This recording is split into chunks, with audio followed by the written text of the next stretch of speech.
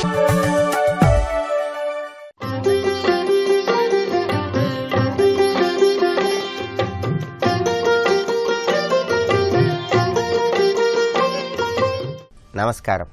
ప్రేక్షకులందరికీ శుభోదయం. ఈనాటి శుభయోగం శీర్షికన బుధవారం సందర్భంగా సకల కార్యాలలో విజయాలను సిద్ధింపజేసుకోవటానికి ఎటువంటి విధి విధానాలతో ఆరాధనా కార్యక్రమాన్ని నిర్వహించాలో పరిశీలిద్దాం. బుధవారం అంటే బుధగ్రహానికి ప్రీతిపాత్రమైన వారం. బుధుడికి అధిష్టాన దేవతలు శ్రీ మహావిష్ణువు, గణపతి. అందువల్ల బుధవారం నాడు విష్ణుమూర్తిని లేదా గణపతిని ప్రత్యేకమైన విధి విధానాలతో పూజిస్తే వృత్తి, ఉద్యోగ, వ్యాపారాల్లో విశేషంగా రాణించి చక్కటి శుభ ఫలితాలను సిద్ధింపజేసుకోవచ్చు. బుధవారం నాడు ఆర్థిక వ్యవహారాలలో విజయాలను సిద్ధింపజేసుకోవటం కోసం శ్రీ మహావిష్ణువు చిత్రపటానికి తులసిమాలను అలంకరించి విష్ణుమూర్తికి తీపి పదార్థాలు నివేదించి ఓం హృషీకేశాయ నమః అనే మంత్రాన్ని మనస్ఫూర్తిగా వీలైనన్నిసార్లు స్మరించుకోండి. అలాగే బుధవారం రోజు గృహంలో ఉన్నటువంటి చిన్నపిల్లలు ఎవరైనా సరే విద్యారంగంలో విశేషమైన రీతిలో రాణించటానికి మహాగణపతి ఆలయానికి వెళ్ళి స్వామివారిని దర్శించుకోండి. గణపతిని ఆలయంలో దర్శించుకొని స్వామివారి ఆలయ ప్రాంగణంలో ఎక్కడైనా సరే గణపతి విగ్రహం దగ్గర జిల్లేడు ఆకులు కానీ జిల్లేడు పూలు కానీ స్వామివారికి సమర్పించండి. కొబ్బరి నూనె పోసి దీపాన్ని వెలిగించండి. వీలైతే కుడుములు నివేదించండి. గణపతి అనుగ్రహానికి పాత్రులై గృహంలో చిన్నపిల్లలు విద్యారంగంలో విశేషమైన రీతిలో రాణించడానికి, అద్భుతమైనటువంటి మేధాశక్తిని పెంపొందింపజేసుకోవటానికి ఈ గణపతి ఆరాధన చాలా చక్కగా ఉపకరిస్తుంది. అలాగే మీరు ఏ పని ప్రారంభించినా సరే ఆ పని చివరి వరకు వచ్చి ఆగిపోతూ ఉన్నట్లయితే, అలా చివరి వరకు వచ్చి ఆగిపోతున్నటువంటి పనుల్లో విజయాలను పెంపొందింపజేసుకోవటానికి బుధవారం నాడు కుడివైపు తొండం తిరిగి ఉన్నటువంటి గణపతి చిత్రపటానికి లేదా కుడివైపు తొండం ఉన్నటువంటి గణపతి విగ్రహానికి ఎర్రటి పుష్పాలతో కుంకుమ కలిపిన అక్షింతలతో పూజ చేస్తూ స్వామివారి షోడశనామాలు చదివి స్వామివారికి కమలాపండు ముక్కలను కానీ బెల్లం ముక్కను కానీ నివేదన చేయండి. మీరు తలపెట్టినటువంటి పనులన్నీ చివరి వరకు వచ్చి ఆగిపోతూ ఉన్నట్లయితే ఆ పనులన్నింటిలో విజయాలను సిద్ధింపజేసుకోవటానికి ఈ గణపతి ఆరాధన ఎంతగానో సహకరిస్తుంది. అలాగే కోరుకున్న వ్యక్తిని వివాహం చేసుకోవటానికి ఆటంకాలు ఎక్కువగా ఎదురవుతున్న వాళ్ళు ఎవరైనా సరే కోరుకున్న వ్యక్తిని జీవిత భాగస్వామిగా పొందటానికి బుధవారం రోజు లక్ష్మీనారాయణుల చిత్రపటం దగ్గర అగరబత్తీలు వెలిగించండి. లక్ష్మీనారాయణులకు ధూపం వేయండి. లక్ష్మీనారాయణుల చిత్రపటానికి జాజి పూలతో పూజ చేయండి. జాజి పూలతో పూజ చేసి లక్ష్మీనారాయణులను మనస్ఫూర్తిగా స్మరించుకొని ధ్యానించుకొని ఆ తర్వాత లక్ష్మీనారాయణుల ఆలయానికి వెళ్ళి ఆలయంలో జిలేబీ నివేదన చేసి లక్ష్మీనారాయణులకు నివేదించిన ఆ జిలేబీని ఆలయ ప్రాంగణంలో భక్తులందరికీ పంచిపెట్టండి. ఇలా చేస్తే కోరుకున్న వ్యక్తిని జీవిత భాగస్వామిగా పొందటంలో ఎదురయ్యే అవాంతరాల నుంచి సులభంగా బయటపడటానికి బుధవారం నాడు చేసే ఈ ఆరాధన ఎంతగానో సహకరిస్తుంది. అలాగే కార్యసిద్ధిని సులభంగా పొందాలంటే, చేపట్టిన పనులన్నీ దిగ్విజయంగా పూర్తి చేసుకోవాలంటే బుధవారం నాడు ప్రత్యేకంగా జపించవలసిన మంత్రం ఒకటి ఉంది. ఆ మంత్రం ఏంటంటే శ్రీం పద్మావత్యై నమః. ఇది మంత్రం. శ్రీం పద్మావత్యై నమః. ఈ మంత్రాన్ని వీలైనన్నిసార్లు బుధవారం నాడు మనస్సులో జపించుకోండి. ఈ మంత్ర జపం వల్ల పద్మావతీదేవి అనుగ్రహానికి పాత్రులై అతి త్వరగా చేపట్టిన పనులన్నీ దిగ్విజయంగా పూర్తి చేసుకోవచ్చు. అలాగే ఈ మంత్ర జపం చేయడంతో పాటుగా ఎక్కడైనా అమ్మవారి ఆలయంలో అమ్మవారికి బియ్యం సమర్పించండి. ఇలా చేస్తే కూడా ఉత్తమ ఫలితాలు కలుగుతాయి. ప్రత్యేకమైన విధి విధానాలను పాటించడం ద్వారా బుధవారం నాడు ఉత్తమమైనటువంటి ప్రయోజనాలను సిద్ధింపజేసుకోవచ్చు. రేపటి శుభయోగం శీర్షికన అవిఘ్న గణపతి వ్రతాన్ని ఎటువంటి విధి విధానాలతో ఆచరించాలో, తద్వారా ఎలాంటి ప్రయోజనాలు సిద్ధింపజేసుకోవచ్చో పరిశీలిద్దాం. నమస్కారం.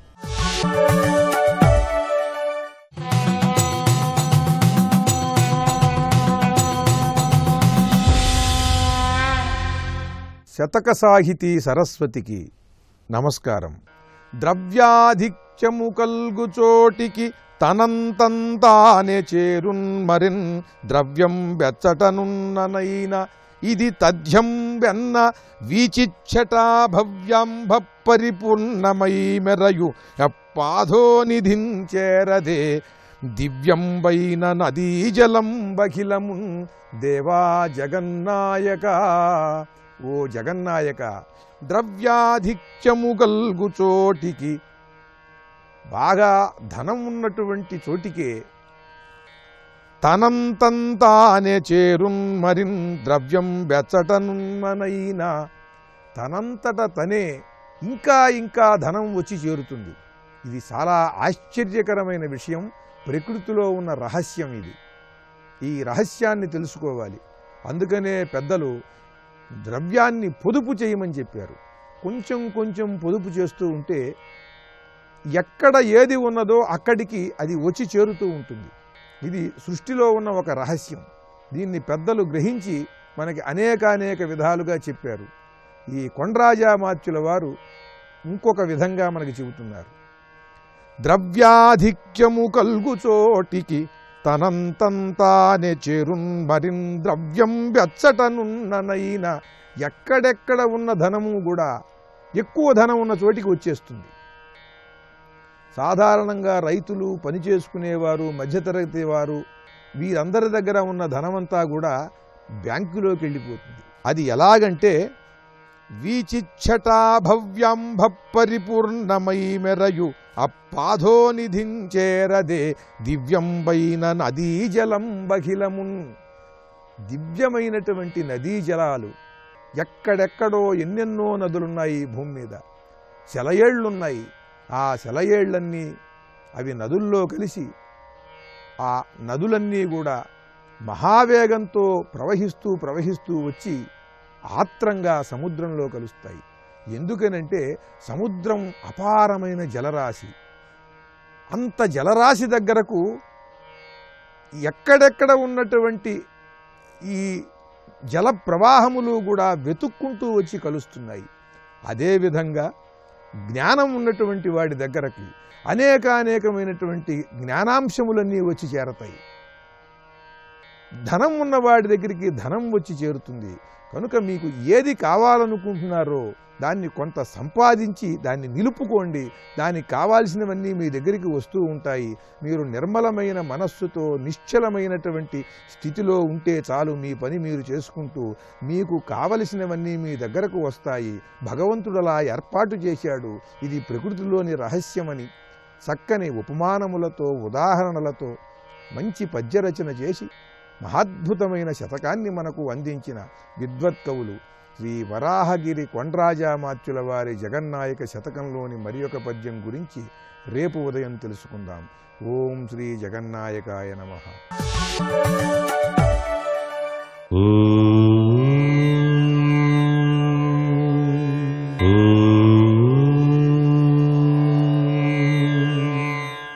ఓం నమో నారాయణాయ. ఓం నమః శివాయ. శ్రీమాత్రే నమః. బుధానుగ్రహ ప్రాప్తి సిద్ధింపజేయటానికి, వ్యాపార కారకత్వం అభివృద్ధిలోకి పయనింపజేయటానికి సకల ముక్కోటి దేవతా స్వరూపిణి అయినటువంటి గోమాతను పరిపూర్ణంగా త్రికరణ శుద్ధితో ఆరాధన చేసి గోవుకు వలసినటువంటి పచ్చడి గడ్డిని గనక చక్కగా గనక తినిపించినట్లయితే బుధాదిత్య యోగ తత్వరీత్యా మానవుడు వ్యాపార అభివృద్ధిలో ముందంజ వేస్తూ బుధానుగ్రహానికి పాత్రుడై చక్కటి యోగవంతమైన సత్ఫలితాన్ని సాధించడానికి ఆస్కారం ఎంతగానో ఉంటుంది. అందుకే ప్రతి వ్యక్తి కూడాను గోసేవ చేయటం అనేటువంటిది మాత్రం మర్చిపోకూడదు. ఎవరైతే నిత్యం గోసేవ చేయాలి అనేటువంటి సంకల్ప సిద్ధితో గనక దానికి సంబంధించినటువంటి విశేషాంశాలని ఆచరిస్తారో వారి జీవితాల్లో నవగ్రహాల వీక్షణ నుంచి వచ్చేటువంటి దురదృష్ట ప్రభావం కూడా తొలగించబడి గ్రహానుకూలత సిద్ధిస్తుంది అని చెప్పేసి శాస్త్రసమ్మతమైనటువంటి విశేషాంశం.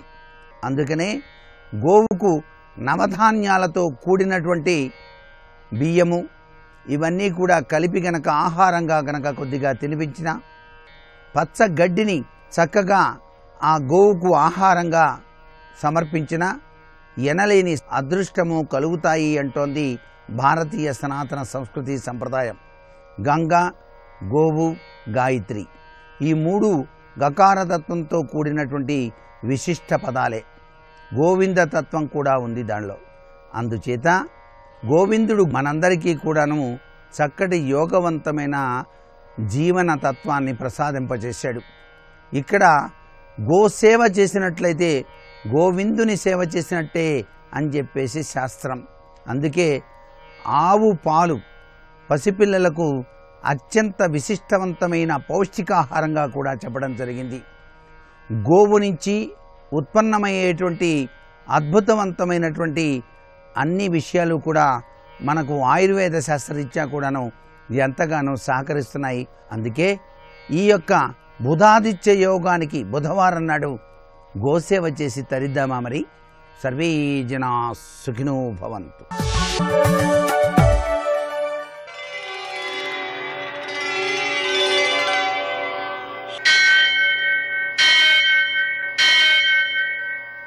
सहस्रशीर्षं देवं विश्वाक्षं विश्वशम्भुवं विश्वं नारायणं देवमक्षरं परमं पदं विश्वतः परमां नित्यं विश्वं नारायणगुं हरिं विश्वमेवेदं पुरुषस्तद्विश्वमुपजीवति पतिं विश्वस्यात्मेश्वरगुं शाश्वतगुं शिवमच्युतम् नारायणं महाज्ञेयं विश्वात्मानं परायणम्.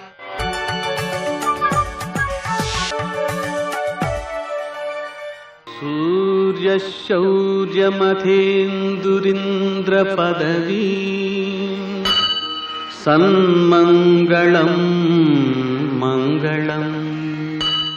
ఆపదామపహర్తారం దాతారం సర్వసంపదాం లోకాభిరామం శ్రీరామం మోక్షదంతం నమామ్యహం. నేటి కాలమాన విశేషాలను గమనిద్దాం.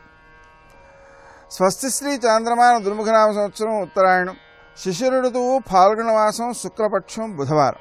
సూర్యోదయం 6:38 సూర్యాస్తమయం 6:18.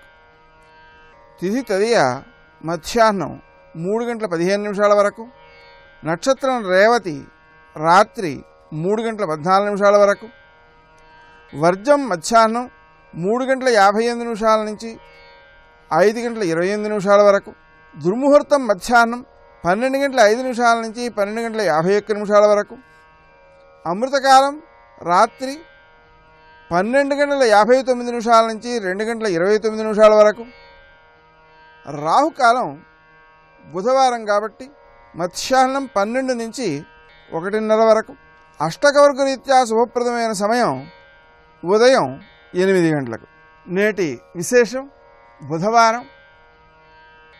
బుధుని యొక్క నక్షత్రంగా గుర్తించబడేటువంటి రేవతి నక్షత్రం. సాయంకాలపు వేళ ప్రదోషం. సూర్యాస్తమయం నుంచి 1:12 ప్రదోష కాలం కాబట్టి ఆ సమయంలో బుధుడికి రంగు ఆకుపచ్చ కావడం వలన మారేడు దళాలతో శివుని పూజించడం, అలాగే బుధునికి సంబంధించినటువంటి ధాన్యం పెసలు కాబట్టి కేజీంపావు పెసలతో శివుణ్ణి పూజించటం. ఈ కార్యక్రమాల ద్వారా ఏమవుతుంది, బుధునికి సంబంధించినటువంటి గోచార దోషాలు కానీ, అలాగే జాతక దోషాలు కానీ, దశాదోషాలు కానీ, ఇంకా విశేషించి చిన్నపిల్లలకు గణితం లెక్కలు సరిగా రావట్లేదు అంటే ఆ బుధుని యొక్క అనుగ్రహం కలిగితే లెక్కలు బాగా చేయగలుగుతారు. అలాగే జ్ఞాపక శక్తి, దానికి కూడా అధిపతి బుధుడే. పిల్లలకి చదివింది జ్ఞాపకం ఉండట్లేదంటే దానికి కూడా ఈ పెసలతో శివుణ్ణి ఆరాధించడం, వాటిని ఆవులకు పెట్టడం అనే చర్యల ద్వారా విద్యా కుశలత, బుద్ధి కుశలత, గణిత కుశలత, ఆర్థిక బలము, ఆరోగ్య బలము. ఎందుకంటే బుధుడు నరాలకు సంబంధించినటువంటి వాడు. కొన్ని సందర్భాలలో నరముల యొక్క దోషముల వలననే హృదయ సంబంధమైన దోషాలు కూడా వస్తుంటాయి. కాబట్టి వీటన్నిటినీ కూడా జయించేటువంటి అవకాశం ఈ పెసలతో పూజ చేయడం, ఆవులకు పెట్టడం అనే చర్య ద్వారా సిద్ధిస్తుంది. నేటి ఆణిమత్యాలు.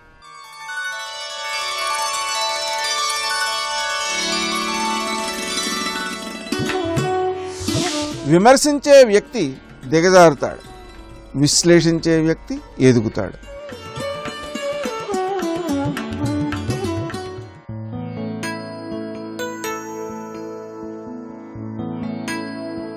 కళలతో కోరికలు సాధ్యం కావు, కష్టపడే తత్వాన్ని అలవర్చుకోవాలి.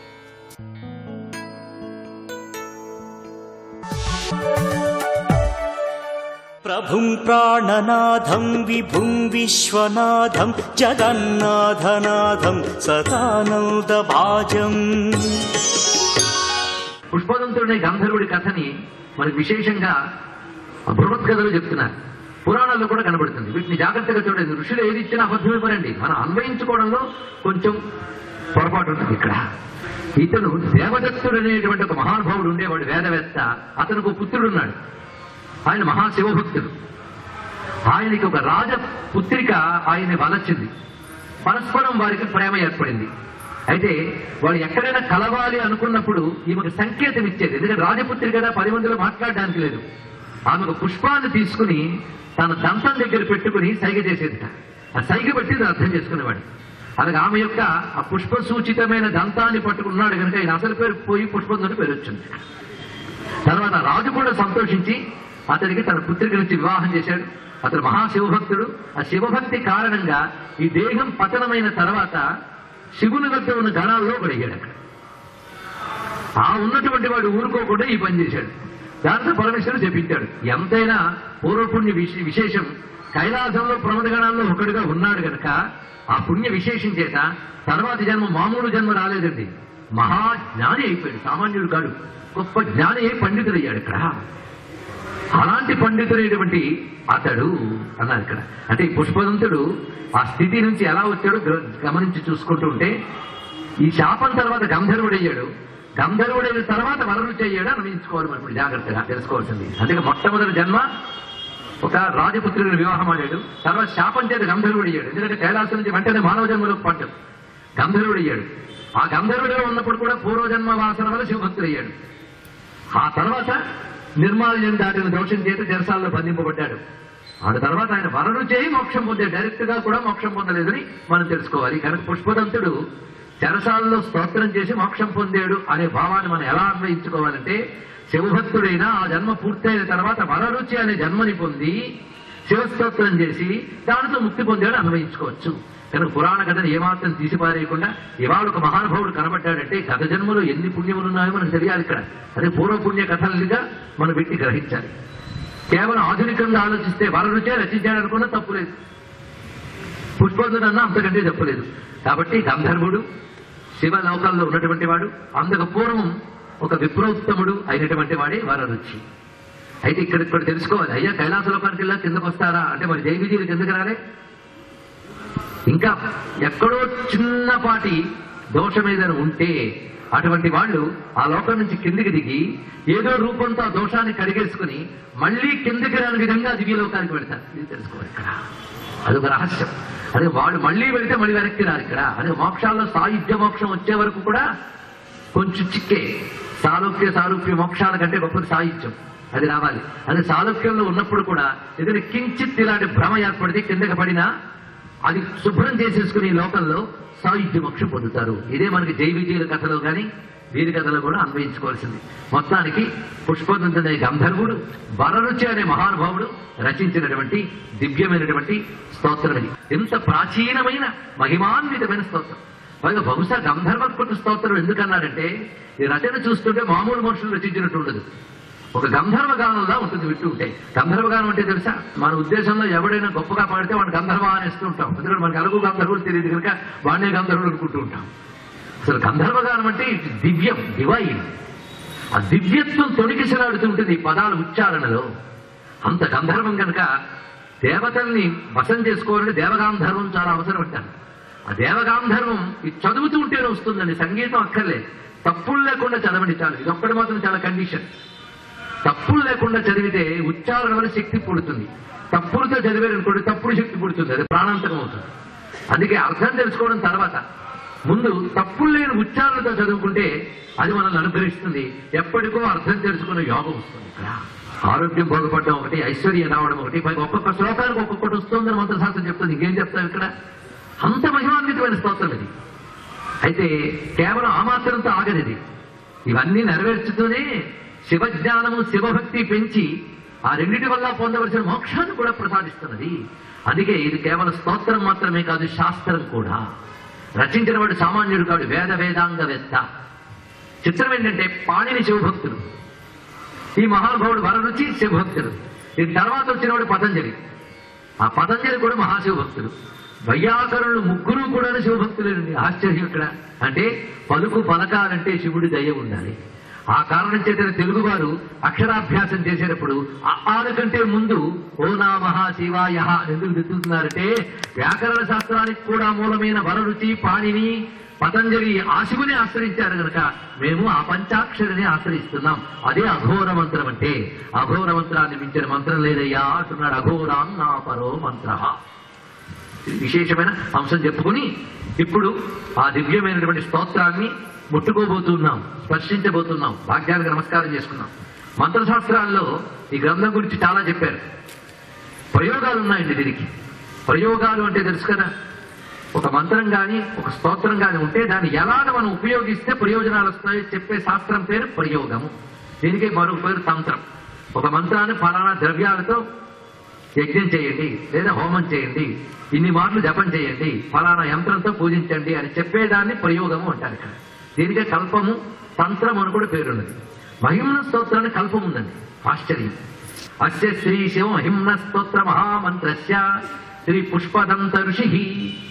ఆయన పేరు పుష్పదంతుడు. శిఖరిణ్యాది ఛందాంసి. ఛందస్సును కూడా చెప్పుకోవాలి కదా. ఋషిని, ఛందస్సుని, దేవతని చెప్పాలి. శిఖరిణి మొదలైనటువంటి ఛందస్సులు మంత్రములు. శ్రీమద్ ఆశుతోష శివో దేవత. మహిమ్న స్తోత్రానికి ఎటువంటి శివుడు అధిదేవత అంటే ఆశుతోష శివుడు దేవత. శివుడికి అనేక పేర్లు ఉన్నాయి కదా. మృత్యుంజయ మంత్రానికి మృత్యుంజయుడు అధిదేవత. అలాగే రుద్రమంత్రాలకు రుద్రుడు, దక్షిణామూర్తి మంత్రాలకు దక్షిణామూర్తి. శివుడే అయినా ఒక్కొక్క మంత్రానికి ఒక్కొక్క రూపం, ఒక్కొక్క పేరు. మహిమ్న స్తుతికి అధిదేవత అయిన శివుడి పేరు ఏంటో తెలుసా? ఆశుతోష శివుడు. ఎంత అద్భుతమైన మాట చెప్పారు చూడండి ఇక్కడ. ఆశుతోష ఎప్పుడైనా విన్నారా? వింటే ఇలాంటి పేర్లు పిల్లలకు పెట్టుకుంటే చాలా బాగుంటుంది. ఆశుతోష. ఆశు అంటే స్పాంటేనియస్, వెంటనే. తోష అంటే సంతోషించుట. ఆశుతోష వెంటనే సంతోషించే దేవుడు. ఇంకేం కావాలండి ఇక్కడ?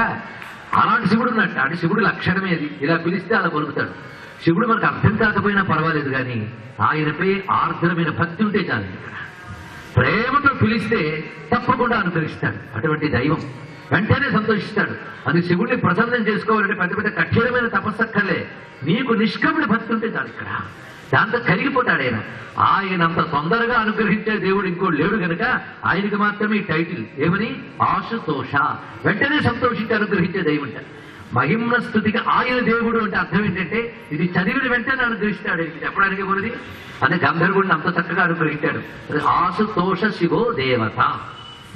అటువంటి ఆశుతోషుడైన పరమేశ్వరుని నమస్కారం చేసుకుంటూ దీనికి కొన్ని బీజాక్షరాలని నాభిగా, కీలకముగా, బీజముగా చెప్పారు. శ్రీ సాంబ సదాశివ ఆశుతోష శివ ప్రీత్యర్థే పారాయణే వినియోగ, జపే వినియోగ.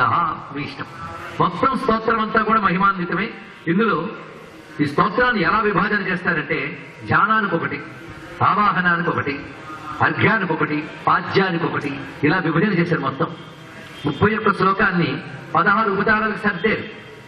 ఎందుకంటే మొదటంతా ఉపోద్ఘాతము మహిమ ఉంటుంది కనుక వాటిని కలిపేస్తారు. అలా విభజన చేశారు పెద్దలు. ఇంకొకటి ప్రత్యేకమైన ప్రయోజనాల కోసం కొన్ని శ్లోకాలు కూడా చెప్పారు.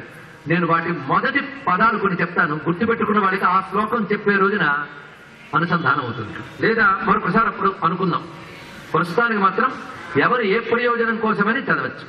మీరు పారాయణ వినియోగ అనొచ్చు, అభిషేకే వినియోగ అని కూడా అనొచ్చు. మొత్తం మహిమ స్తుతి అభిషేకం చేసుకోవచ్చు. అది కూడా వివరించారు.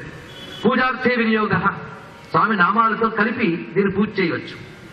ఇక సర్వాభీష్ట సిద్ధ్యర్థే జపే వినియోగ అని కూడా కనబడుతుంది ఇక్కడ. ఇందులో ఒక శ్లోకం నమో నేరిష్ఠాయ అనే ఒక శ్లోకం వస్తుంది. అది శివ సాక్షాత్కారానికి పనికొచ్చేటువంటి మంత్రము అన్నారు. అలాగే ఎదుర్ధిం సూత్రాంనో అనే శ్లోకము దరిద్రాలు ఏవైనా ఉంటే పోయి పుష్టి కలిగిన ఐశ్వర్యం రావడానికి పనికొస్తుంది అన్నారు. అలాగే హరిస్తే సాహస్రం మనకు శ్లోకం ఉంది ఇందులో. ఆ శ్లోకం కానీ చదివితే సంతానం కలుగుతుంది, సంతాన వృద్ధి జరుగుతుంది అన్నారు. అలాగే కృష పరిణతి చేత క్లేశ వశ్యం అనే ఫలశ్రుతి శ్లోకం, అది చదివితే మానసికమైన రోగాలు పోతాయన్నారు. చూడండి ఎన్ని విశేషాలు చెప్పారు ఇక్కడ. సర్వం శ్రీ సాంబ సదాశివ చరణారవిందార్పణమస్తు.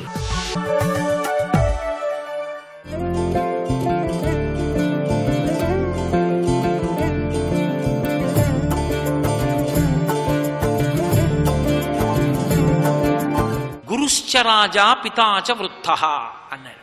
అమ్మా, నాన్నగారి పరిస్థితి ఏమిటో తెలుసా? కైకమ్మని నమ్ముకుని అక్కడ ఉన్నారు, నిజమే, సంతోషంగా గడిపారు. కానీ ఇప్పుడు ఆయన కైకమ్మ చేత మోసగింపబడ్డానన్న స్థితిలో ఉన్నాడు. నువ్వా పెద్ద భార్యవి, నన్ను అరణ్యాలకు పంపించేశాడన్న అక్కసతో నువ్వు దగ్గరికి రానివ్వవు.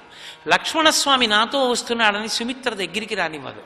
పెద్దవాడు, ఇన్ని వేల సంవత్సరముల వయస్సున్నవాడు, జర్జరీభూతమైన శరీరం ఉన్నవాడు, మహారాజు, సింహాసనం మీద కూర్చున్నవాడు అలోమని ఏడుస్తుంటే నేనున్నానని ఓదార్చేవాళ్ళు లేకపోతే ఎందుకమ్మా మనం ఉండి? కొడుకులు భార్య ఉన్నది అందుక అమ్మా, తండ్రిని ఓదార్చడానికి కాకపోతే ఎందుకమ్మా? అమ్మా, అలా అనకూడదమ్మా. భర్తుక్కిల పరిత్యాగో నృశంస కేవలం స్త్రియా సభవత్యన కర్తవ్యం మనసాపి విగర్హితం. భర్త కన్నా గొప్పవాడు ప్రపంచంలో లేడు. నీకు నాకు అందరికీ దిక్కు తండ్రి. అమ్మా, తండ్రిని మించిన పరదైవం లేడు. నీకు పతి ప్రత్యక్ష దైవం. కాబట్టి నువ్వు దశరథ మహారాజు గారినే సేవించాలన్నాడు. సీతమ్మ దగ్గరికి వెళ్ళి అంటాడు, సీత, నేను ఏదో కృతకంగా లొంగాననుకుంటున్నావేమో, నేను శాస్త్రానికి వశుణ్ణి. శాస్త్రం ఏం చెప్పిందో అలా ప్రవర్తిస్తాను. సీతా శాస్త్రం ఏం చెప్పిందో తెలుసా? ఏష ధర్మస్తు శుశ్రోణి పితుర్మాతస్య వశ్యతే. తల్లి తండ్రి బ్రతికి ఉన్నంతకాలం తల్లిదండ్రుల్ని గౌరవించడం అన్న మాటకు అర్థం ఏమిటో తెలుసా? తల్లిదండ్రుల మాటకి వశపడి కొడుకు బ్రతకడం. తల్లిదండ్రులు ఏం చెప్పారో ఆ మాట పాటించడం. ఒకవేళ తను పెద్దవాడయ్యాడు, ప్రాజ్ఞుడయ్యాడు కనుక తండ్రి పొరపాటు పడుతున్నాడు అనుకుంటే, నాన్నగారండి మీరు ఆలోచించండి, అలా చేయడం కన్నా ఇలా చేస్తే బాగుంటుంది కదా, ఇలా చేద్దాం నాన్నగారండి అని తండ్రి సంతోషంగా అంగీకరించేటట్టు చేసి చెయ్యడం. కాబట్టి నేనైనా నువ్వైనా దశరథ మహారాజు గారికి వశవర్తులమే. మనం ఆయన మాట మాటించవలసిందే. గురువృత్యనురోధేన నకించితపి దుర్లభం. సీతా, గుర్తుపెట్టుకో, తండ్రిని గౌరవించినవాడు, తండ్రి మాట పాటించినవాడు, తండ్రి యందు భక్తి ఉన్నవాడు ఈ లోకమునందు పొందలేని సుఖము సౌఖ్యము లేవు. ఏదైనా పొందుతాడు. తల్లిదండ్రులంటే ప్రత్యక్షమైనటువంటి పరమేశ్వర స్వరూపాలు. నా మాట విను, అందుకని నేను తల్లిదండ్రుల్ని గౌరవిస్తున్నానన్నాడు. ఆవిడంది, ఇంత చెప్పవలసిన అవసరం ఏమిటి? నాకు కూడా తెలుసు తల్లిదండ్రులు అంత గొప్పవాళ్లే, నేను మీతో అరణ్యానికి వచ్చేస్తానని. అది రామచంద్ర ప్రభు అంటే. తండ్రి పంపిస్తున్నాడని బాధతో వెళ్ళలేదు, తండ్రి మీద అంత ప్రేమతో వెళ్ళాడు. తండ్రి అంటే బతికున్నంత కాలం కొడుకు మీద వ్యామోహమే. పుత్రేష అని అది ఒక ఈష. అసలు ఆ కొడుకు మీద అంత వ్యామోహం ఉంటుంది తండ్రికి. మహానుభావుడు అరణ్యవాసానికి వెళ్ళిపోయాడు. అరణ్యవాసానికి వెళ్ళిపోయిన తరువాత భరత శత్రుఘ్నులు వచ్చి చెప్పారు. అప్పటి వరకు తెలియదు, నాన్నగారు చనిపోయారన్నాడు. నాన్నగారు చనిపోయారు అన్న తర్వాత రామచంద్రమూర్తి నోటి వెంట వచ్చిన మొట్టమొదటి మాట ఏమిటో తెలుసా? ఎందుకు వచ్చిన కొడుకుతనం? మయాచాపి నసంస్కృత అన్నాడు. తండ్రి చచ్చిపోతే పెద్ద కొడుకు అంత్యేష్టి సంస్కారం చెయ్యాలి. తండ్రి శరీరం విడిచిపెట్టేసిన తర్వాత వ్యానవాయువు వదిలిపెట్టదు శరీరాన్ని. ఏడిచాడు రాముడు, మయాచాపి నసంస్కృతి, నేను దశరథ మహారాజు గారికి అంత్యేష్టి చెయ్యలేదు, మీరు కొడుకులు అన్నాడు. భరత శత్రుఘ్న మీరు చేశారు, నేను ఉండి పెద్ద కొడుకుని అరణ్యంలో ఉన్నాను, తండ్రి చచ్చిపోయాడని కూడా నాకు తెలియదు. సీతమ్మని పిలిచి అంటాడు, సీతామృతస్తే శ్వశుర పితాహీనోసి లక్ష్మణ అన్నాడు. ఏమి ధర్మమూర్తో! సీతా, నీ మామగారు చనిపోయారు. తన తండ్రి గారు చనిపోయారు అనకూడదా? లోకంలో అందరికన్నా గొప్పవాడు ఆడపిల్లకి ఎవరంటే మామగారు. మామగారు తన ఇంటికొచ్చిన కోడల్ని చూసుకుని మురిసిపోతాట. ఎక్కడ పుట్టిన పిల్లో, ఎక్కడ పెరిగిన పిల్లో, తన ఇంటి పేరు వదిలేసింది, తన వంశం వదిలేసింది, ఆ వంశాన్ని నిలబెట్టి నన్ను తాతని చేస్తోంది. మామగారు సంతోషంతో, అమ్మా నా వంశాన్ని నిలబెడుతున్నావమ్మా, నన్ను తాతని చేస్తున్నావమ్మా అని మురిసిపోయి కానుకిస్తాడు. మామగారి ఇలాంటి వ్యక్తి ఇక ఆడదానికి లేడు. సీతా మృతస్తే శ్వశుర, నీ మామగారు వెళ్ళిపోయాడు, ఇక లేడు మామగారు నీకు. పితాహీనోసి లక్ష్మణ, లక్ష్మణ నీకు తండ్రి లేడు, నీకు తండ్రి లేడంటే నాకు తండ్రి లేడని. తమ్ముణ్ణి చూసి, అరే రే నన్ను అనుగమించి వచ్చేసావురా, నా కోసం వచ్చేసావురా, తండ్రి ఉండగా నాలో తండ్రిని చూసుకున్నావురా, నాతో వచ్చేయడం వల్ల నీకు కూడా భాగ్యం పోయిందిరా. ఆఖరి నా నాన్నగారు ఏం పలవరించారో, ఏమి ఏడిచారో దగ్గర లేవు, నువ్వు కూడా వదిలేసుకున్నావురా, నువ్వు తండ్రి లేనివాడి అయిపోయావురా. ఇప్పుడు ఎంత బాధపడ్డాడో ఆ తండ్రి కోసం. తండ్రి పేరు చెప్తే అంత కుమిలిపోయాడు, నేలబడి ఏడిచాడు. కాబట్టి తండ్రి పేరు చెప్తే అంత కుమిలిపోయాడు. ఎంత ఏడిచాడు. ఆఖరణ కౌసల్య దగ్గరికి వెడితే పాపం రామచంద్రమూర్తి వెళ్ళిపోతుంటే తట్టుకోలేక నేను చక్రవర్తినని కూడా చూసుకోకుండా బయటికి వచ్చి రామా రామా అని 2 చేతులు ఎత్తి పరిగెడుతుంటే ఉత్తరీయం జారిపోయి నేల మీద పడి మూర్ఛిల్లాడు. కౌసల్య ఒక పక్క, కైకేయి ఒక పక్క వచ్చి జబ్బలు పట్టుకుని పైకెత్తారు. పైకెత్తితే కైకమ్మ వంక చూసి, ఛీ ధూర్తురాలా, నీ వలన ఇంత ఉపద్రవం వచ్చింది, నువ్వు నన్ను ముట్టుకోవద్దన్నాడు. రాముడి రాజ్యాన్ని తీసుకుంటే భరతుడు కూడా నాకు అంత్యేష్టి సంస్కారం చేయకూడదన్నాడు. ఏడుస్తుంటే ఆ అంతఃపుర పరివారం తీసుకెళ్లి కౌసల్యా మందిరంలో దింపారు. ఆఖరణ చచ్చిపోయే రోజు రాత్రి కౌసల్య కూడా కొడుకు వెళ్ళిపోయాడని ఆ సుమంత్రుడు తిరిగి వచ్చి చెప్తే కొడుకు గురించి, ఆ కొడుకు పడుతున్న కష్టం, ఆయన అరణ్యవాసం విని ఆ బాధతో, ఇప్పుడు నువ్వు సంతోషంగా ఉన్నావా? అరణ్యవాసానికి పంపించేశావు, ఇప్పుడు లోకమంతా నిన్ను మెచ్చుకుంటుందా? వేదం చెప్పిన ధర్మం పాటించావా? తన కొడుకుని తాను ధర్మమూర్తిని అరణ్యానికి పంపించచ్చా? ఇప్పుడు నీకు సంతోషం కలిగిందా? ఉన్నన్నాళ్ళు కైకమ్మని సుఖపెట్టావు. ఇప్పుడు ఒక ఆడది బ్రతికితే భర్త దగ్గర బతకాలి, కొడుకు దగ్గర బతకాలి, జ్ఞాతి దగ్గర బతకాలి. ఇక ఆడదానికి 4వ స్థానం లేదు. నాకు కొడుకు లేకుండా చేశావు, ఉన్న ఒక్క కొడుకుని అడవికి పంపించావు, నీ కళ్ళు చల్లగా ఉన్నాయా అని అడిగింది. వృద్ధుడై ఉనికిపోతూ అప్పటికి 100 మాటలు మూర్ఛపోయి అన్నం నీళ్లు కూడా తినని దశరథుడు వణుకుతూ ఆసనం మించి లేచి గభాలన నేల మీద పడి కౌసల్య 2 పాదాలు ముట్టుకుని నమస్కారం చేశాడు. చేసి అన్నాడు, కౌసల్య, చచ్చిన వాణ్ణి చంపకు, ధర్మానికి కట్టుబడి వరాలిచ్చాను, కైక నన్ను నిబద్ధించింది, నీ దగ్గర శాంతి దొరుకుతుందని వచ్చాను. కౌసల్య, నువ్వు కూడా చంపేస్తే నేను ఎక్కడ బతుకుతాను? రాముడు లేక నా చూపు పోయింది, రాముడితోటే వెళ్ళిపోయింది, ఏడిచి ఏడిచి నా కళ్ళు బద్దలైపోయాయి, కనీసం నువ్వైనా ఉపశాంతి మాట పలకవా అన్నాడు. అప్పుడు ఏడిచింది కౌసల్య. అయ్యో, భర్త పాదాలు ముట్టుకుని అంజలి ఘటించేటట్టుగా ప్రవర్తించిన భార్య ఎంత పొరపాటు జరిగింది నా వల్ల, మీ కష్టం చూడలేకపోయానని ఎత్తి పడుకోబెట్టింది. ఏడిచి ఏడిచి పిచ్చి తల్లి కౌసల్య నిద్రపోయింది, సుమిత్ర నిద్రపోయింది. అప్పుడు జ్ఞాపకానికి వచ్చింది, తను ఒక మునికుమారుణ్ణి బాణం పెట్టి కొట్టడం, ఆఖరణ ముని నువ్వు కూడా నాలాగే హాపుత్ర అంటూ పుత్రశోకంతో ప్రాణం విడిచిపెడతావన్నాడు. కౌసల్య, ఇప్పుడు నాకు అర్థమవుతోంది, నేను హాపుత్ర అంటూ ఎందుకు చచ్చిపోతున్నానో నాకు తెలిసింది. ఆఖరి కోరిక ఏమిటో తెలుసా దశరథ మహారాజు గారిది? కౌసల్య, ఒక్కసారి రాముడు వచ్చి నన్ను ముట్టుకుంటే బాగుండు, నన్ను పట్టుకుంటే బాగుండు. రాముడు ధర్మమూర్తి, వెనక్కి రాడు. కౌసల్య, 14 ఏళ్ళు అయిపోయాక రాముడు తిరిగి వస్తుంటే చూసిన వాళ్ళు ఉన్నారే, వాళ్ళు ధన్యాత్ములు. ఇక ఈ దశరథుడు చూడడు, రాముడు లేకుండా ఉండలేను, వెళ్ళిపోతున్నానంటూ నాకు కళ్ళు కనపట్టలేదు, జ్ఞానేంద్రియాలు పనిచేయట్లేదంటూ కొడుకునే తలుచుకుంటూ శరీరం వదిలేశాడు. ఒక తండ్రి కొడుకు మీద ఎంత వ్యామోహంతో ఉంటాడో, ఎంత ప్రేమతో ఉంటాడో. ఎన్ని ఉన్నా నాకు సుఖం లేదన్నాడు పిల్లల కోసం, ఎన్ని ఉన్నా కొడుకు లేనప్పుడు ప్రాణమే వదిలేశాడు.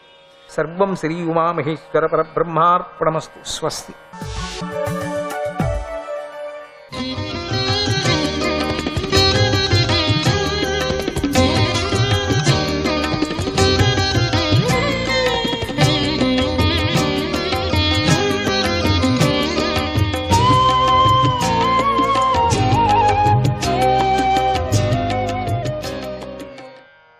నారాయణాయ నమః.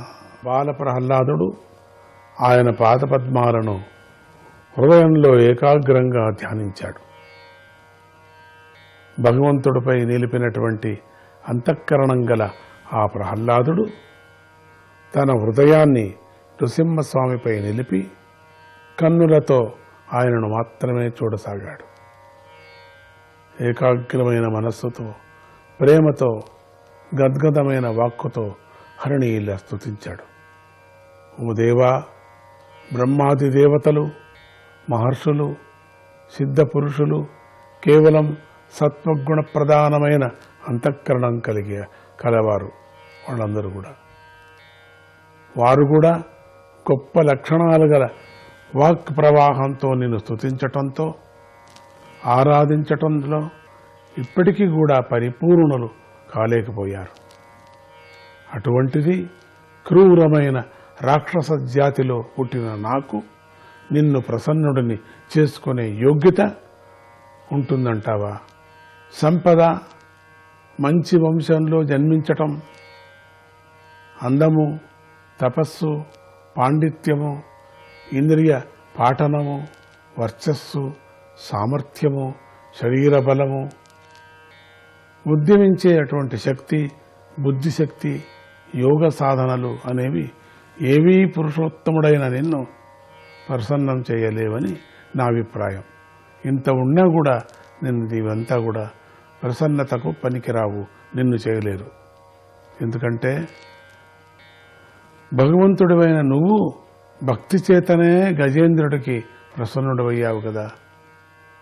జ్ఞానము, సత్యము, ఇంద్రియ నిగ్రహము, పాండిత్యము, మాత్సర్యము లేకపోవటము, ఇవన్నీ కూడా వినయము, సుఖదుఖాలయందు సహనము, ఇతరులలో దోషాలను లెక్కించకపోవటము, యజ్ఞము, దానము, మనోధైర్యము, మనోనిగ్రహము అనేవి 12 గుణాలు ఆనంద స్వరూపమందు నిలిచి ఉన్నటువంటి నువ్వు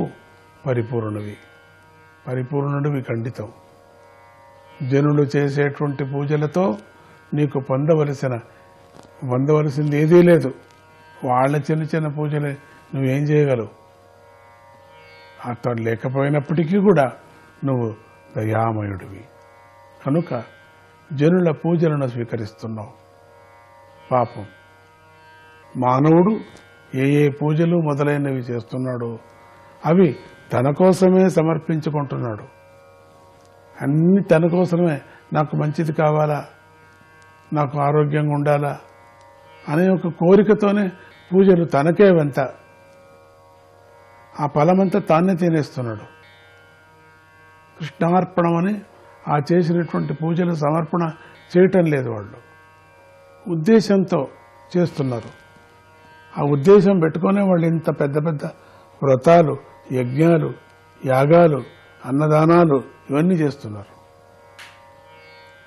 ఏ కామము, ఏ అపేక్షను లేక చేసేటువంటి అర్పణ చేసేటువంటి పూజ అదే నిజమైన, అదే నువ్వు తీసుకుంటున్నావు. అది అందరికీ రావాలా. కోరిక లేనటువంటిదే పూజ, కోరిక లేనటువంటి తపస్సు. ఊరికి తపస్సు చేయటం అంతే, అర్పణ నీకేనే. అప్పుడు స్వామి కనపడకపోయినా పర్వాలేదు, నీకే అర్పణ అయిన తర్వాత అది నేను నీలోనే చేరుతున్నాను అంతే. ఎప్పుడు కనపడ్డాడో ఇంకేదో కోరిక ఉందని అర్థం.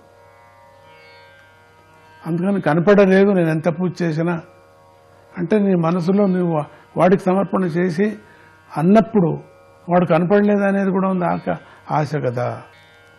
అది కూడా వదిలేసేయాల. అది కూడా నువ్వు పెట్టుకుంటే అది మళ్ళీ నీకే అవుతుంది. అది వాడికి వెళ్ళదు, వెళ్ళదు, అంతటితో అక్కడికి అయిపోతుంది. నీ అకౌంట్ నీకే అయిపోతుంది. అది నువ్వు చేసుకున్నటువంటి పూజ, నువ్వు చేసుకున్నటువంటి తపస్సు నిన్నే తినేస్తుంది, నీకే అయిపోతుంది. అది పరమాత్ముడికి సమర్పణ ఎట్లా చేయగలవు నువ్వు? ఒక్క నమస్కారం చేసినా కూడా పరమాత్ముడికి సమర్పణ సాష్టాంగ నమస్కారం. ఏ కోరిక ఉండకూడదు నమస్కారం చేసేటప్పుడు కూడా. మనం చిన్న చిన్న కోరికలు కొడుతున్నాం పరమాత్ముడికి, చాలా చిల్లర కోరిక, ఏదో చిన్న కోరిక కోరేస్తున్నాం, అక్కడికి అదంతా అయిపోతుంది. స్వామికి సమర్పణ ఎక్కడ చేస్తున్నాను? నువ్వు చేయలేవు. ఏ కోరికను లేక చేసేటువంటి యజ్ఞ యాగాదులే స్వామికి సమర్పణ. దిన్నము పొద్దున్న లేస్తున్నావు, నిష్ఠ క్రమశిక్షణతో స్వామిని ఆరాధిస్తున్నావు, అది నీకే. అది స్వామికి వెళ్ళేది ఎట్లా అంటే నిష్ఠతో చేస్తూ సమర్పణ అంతే, మంది కాదది. నాకు దీంట్లో ఏ పుణ్యమో వద్దు అనుకోవాలి మనం. అప్పుడే మనకు దాన్ని ఫలితం బాగా దొరుకుతుంది.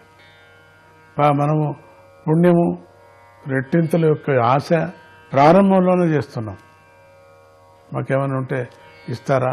ఈ పట్టీలన్నీ కూడా నేను మర్చిపోవచ్చు కొంచెం, అందుకని ఇప్పుడే అడిగేస్తున్నానని అంతా ఇప్పుడే ఒక కోరిక, ఫస్ట్లోనే ఒక కోరిక అడిగేసి పూజ అంతా అయిన తర్వాత ఇంకొక కోరిక, ఇంకొకటి మర్చిపోయాను స్వామి, ఇది కూడా చెప్తున్నానని చెప్పేది. అటువంటిది అర్పణ ఎక్కడ కలుగుతుంది? కలగదు.